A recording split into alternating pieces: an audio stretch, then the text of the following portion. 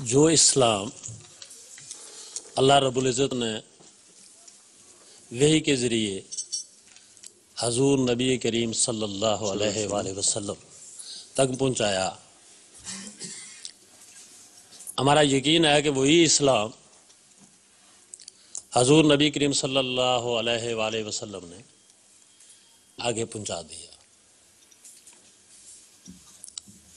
اب ہم تک جو اسلام پہنچا ہے وہ براہ راست حضور نبی کریم صلی اللہ علیہ وآلہ وسلم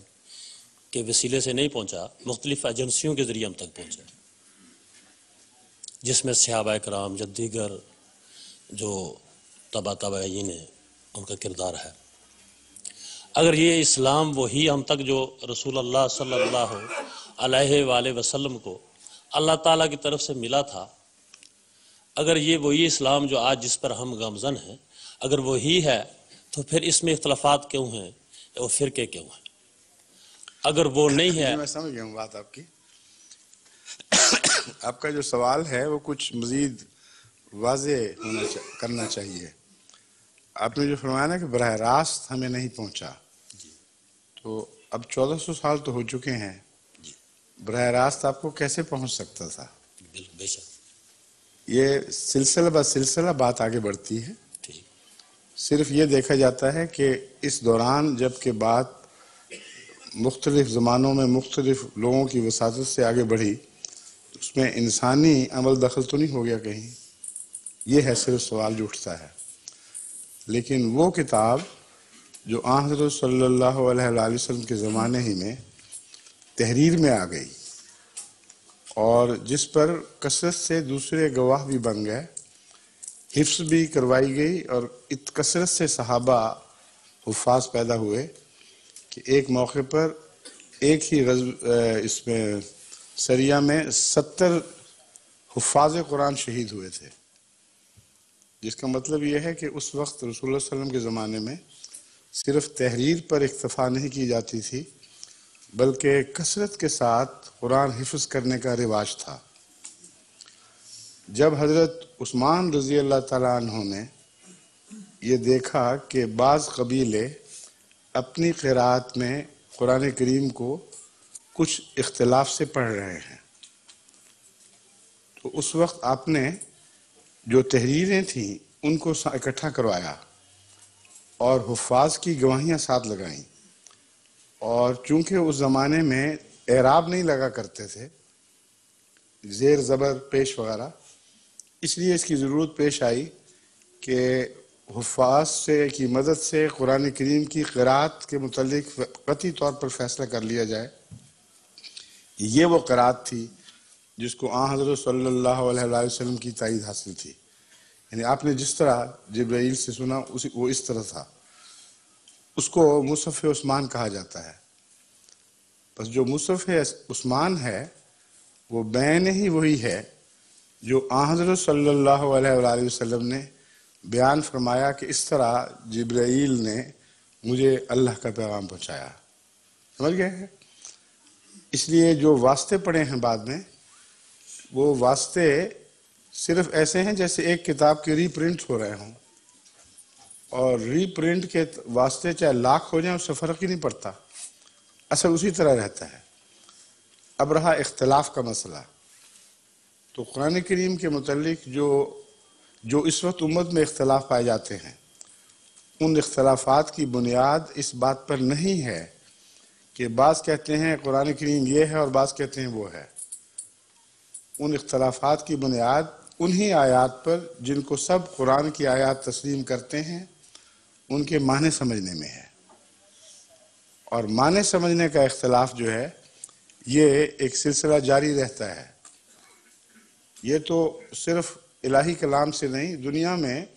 مصنفین کے کلام سے بھی ان کی وفات کے بعد، شعراء کے کلام سے ان کی وفات کے بعد اختلاف شروع ہو جاتا ہے کہ ان کا یہ مطلب تھا یا یہ مطلب تھا۔ تو جہاں تک معنوی اختلاف کا تعلق ہے، اس کی وجہ یہ ہے کہ انسان ایک پہلو سے غور کرتا ہے تو اسے ایک معنی سمجھ آتے ہیں، ایک اور انسان کسی اور پہلو سے غور کرتا ہے تو اسے کچھ اور معنی سمجھ آتے ہیں۔ یہ اختلافات جو ہیں یہ اعتقادی یا فہم کے اختلافات سے تعلق رکھتے ہیں، کچھ اختلافات ہیں فقہی،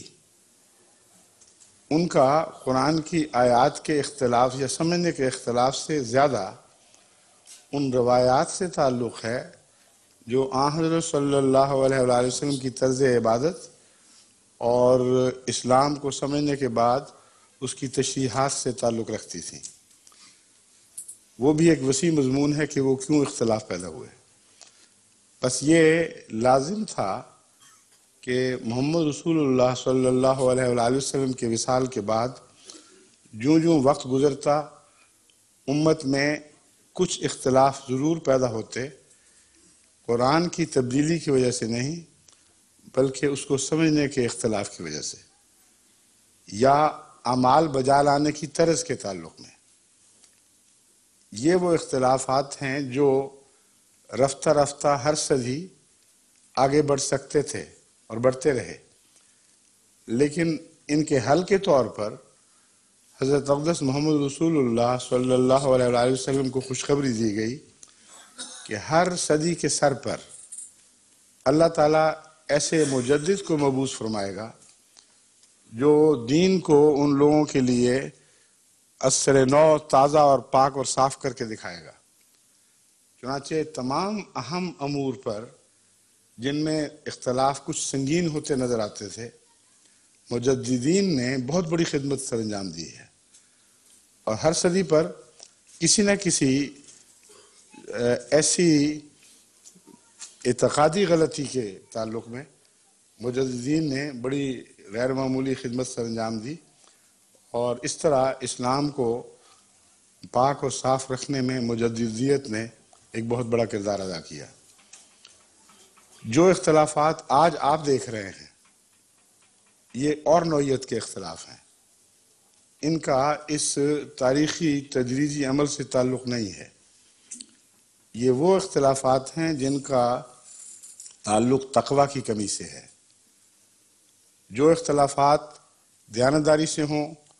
ایک زاویے سے مضمون کو دیکھنے سے یا دوسرے زاویے کو سے دیکھنے سے ہوں، ان اختلافات سے کوئی نقصان نہیں پہنچا کرتا، بلکہ انسانی ذہن ترقی کرتا ہے، اور اختلافی مسائل میں جو مشق ہوتی ہے اس سے نئے نئے گوشے سامنے آتے ہیں۔ چنانچہ اس کی مثال آپ نے دیکھنی ہو تو مفسرین کی اکثر بحثیں ایسی ہیں جن میں اختلاف کے باوجود فساد نہیں ہے۔ بڑی بڑی عظیم کتابیں لکھی گئی ہیں۔ حضرت امام رازی کی جو تفسیر کبیر ہے وہ تفسیر کے مضمون میں حرف آخر سمجھی جاتی ہے، اور کثرت سے وہ اختلافات کا ذکر فرماتے ہیں، لیکن ان اختلافات کے نتیجے میں عقل سیکل ہوتی ہے، امکانات ابھرتے ہیں سامنے، لیکن فساد پیدا نہیں ہوتا۔ آپ کو جو اختلاف تکلیف دہ محسوس ہو رہا ہے وہ آج امت کا ایسا اختلاف ہے جس نے امت کو پارا پارا کر دیا ہے، جس نے ملی وحدت کو توڑ دیا ہے، اور اختلاف وہ ہے جو دراڑیں بن گیا ہے۔ بعض دفعہ عمارتیں جب پرانی ہوں تو سطحی لکیریں پڑتی ہیں، چونے اور پلستر کے اوپر کچھ لکیریں ظاہر ہوتی ہیں، اس سے نقصان نہیں ہوا کرتا عمارت کو، پینٹ کر دو دوبارہ تو صاف ہو جاتی ہیں، لیکن اگر وہ گہری ہوں، بنیادی ہو جائیں، تو پھر وہ دراڑیں جو اوپر سے چلتی ہیں وہ نیچے تک اتر جاتی ہیں، اور اس صورت میں پھر یا تو غیر معمولی اصلاحی کام کی ضرورت پیش آتی ہے۔